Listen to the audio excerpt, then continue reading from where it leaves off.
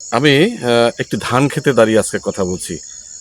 ধান খেতে দাঁড়িয়ে কথা বলছি, এটি হয়তো আপনাদের কাছে প্রশ্ন আসতে পারে বা আকর্ষণীয় কোনো বিষয় হতে পারে।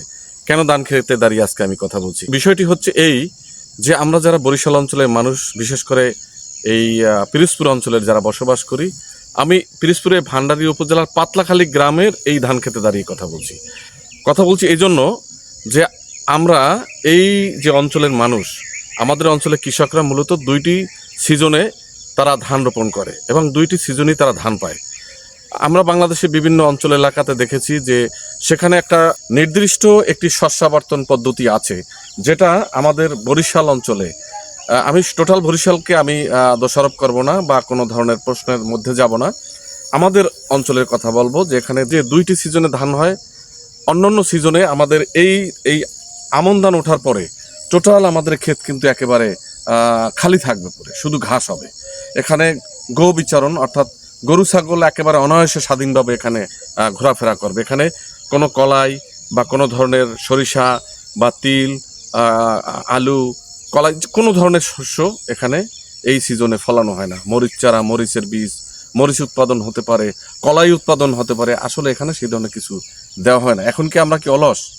আসলে না, আমরা অলস না। এখানে আমাদের পদ্ধতিগত প্রশিক্ষণের অভাব রয়েছে।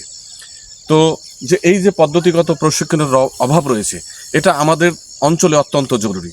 তো এখানে কি আসলে কি মূলত কৃষকেরা দায়ী, না কৃষি জমি যারা মালিক তারাও কিন্তু সেই বিষয়টি ভালোভাবে দেখছে না, এবং যারা কৃষক তারাও সেইভাবে প্রশিক্ষণ পাচ্ছে না। তারা কিভাবে প্রশিক্ষণ নিয়ে একের পর এক ফসল উৎপাদন করবে, এটা আমরা করছি না। আমি পাশে আরেকটি বিষয় আপনাদেরকে দেখাতে চাই যে আমাদের দেশের এই অঞ্চলের যে কৃষি হয়, অর্থাৎ আমন আউশ ধানের পরে, আউশ ধান যখন থাকে এখানে পানি থাকে, একেবারে জলাবদ্ধ অবস্থা থাকে, তার মধ্যে এখানে চাষ করা হয়।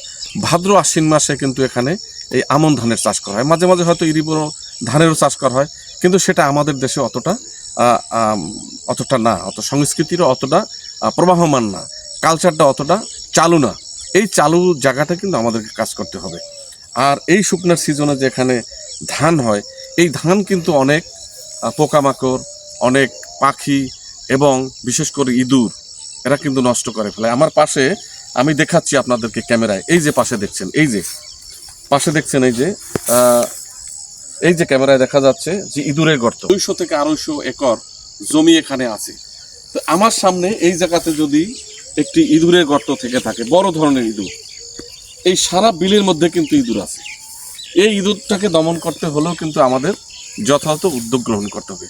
কৃষকরা কিন্তু অনেক ক্ষতিগ্রস্ত হয় এই ইঁদুরের মধ্যে। এখনও কৃষকের মধ্যে সচেতনতা ফিরে আসেনি। সেই বিষয়টি আমাদেরকে কৃষি ডিপার্টমেন্ট সহ অন্যান্য ডিপার্টমেন্ট আমাদেরকে যথাযথ উদ্যোগ গ্রহণ করতে হবে, এবং কৃষক যারা তারা এখানে আরও উদ্যোগী হতে হবে, তাদের মানসিকতা চেঞ্জ করতে হবে। যারা এই ভিডিওটি দেখছেন, বিশেষ করে কৃষক শ্রেণী, তারা দেখবেন না, তো তাদের হাতে অনেকের মোবাইল নেই, তাদের অনেকের হাতেই কিন্তু আমাদের এই যে সামাজিক যোগাযোগের মাধ্যমটি আমাদের যথাযথভাবে ব্যবহার করা হচ্ছে না, তাদের কাছে নেই। অর্থাৎ তাদের সন্তানের কাছে হয়তো এটি আছে, যারা সন্তান আছে এইটি দেখছে, তারা হয়তো এটিকে দেখবেন, দেখাবেন। এবং আরও একটি বিষয় রয়েছে, আমাদের পাঠ্য বই, আমরা যারা পড়াশোনা করি, এই পাঠ্য বইতে কৃষি ডিপার্টমেন্ট শুধু আমাদের মধ্যে পড়াশোনা করা হয়, এবং ভালো টিচাররা ভালো ভালো তারা টিচিং দিয়ে থাকেন, ভালো তারা ক্লাস নিয়ে থাকেন, ছাত্রদেরকে বলে থাকেন। কিন্তু যারা শিক্ষক রয়েছেন, কৃষিবিদ যারা রয়েছেন, তারা যদি কৃষকদেরকে মাঠে এনে চাষ পদ্ধতি প্রক্রিয়া তারা যদি দেখান, তাহলে আমার মনে হয় কৃষকরা আরও উদ্বুদ্ধ হবে এবং চাষ পদ্ধতি প্রক্রিয়া তারা কিন্তু এগিয়ে আসবে। তো আমি উত্তরাঞ্চলে যে বিষয়টা দেখেছি, যে উত্তরাঞ্চলে যারা ধান বপন করে, তারা অনেক কৃষক একাত্র হয়ে কিন্তু ধান বপন করে। আর আমাদের এই বরিশাল অঞ্চলে ধানের খেতে যাবেন, প্রত্যেকটা ধানের মালিকের, ক্ষেতের মালিকের, এই জমির মালিকের আইল আছে, আমরা বরিশালের ভাষায় আইল বলি। এই আইলগুলো যদি 100 থেকে 150 একর জমির জায়গা হয় একটি বিলে, তাই আমাদের অঞ্চলে এই 150 একর জমির মধ্যে অন্তত 10 বিঘা জমির ধান নষ্ট হচ্ছে শুধু আইলের কারণে। এই আইল রেডিউস করে আইল কিভাবে কমানো যায়, সে পদ্ধতি প্রক্রিয়া কিন্তু আমাদেরকে অবলম্বন করতে হবে।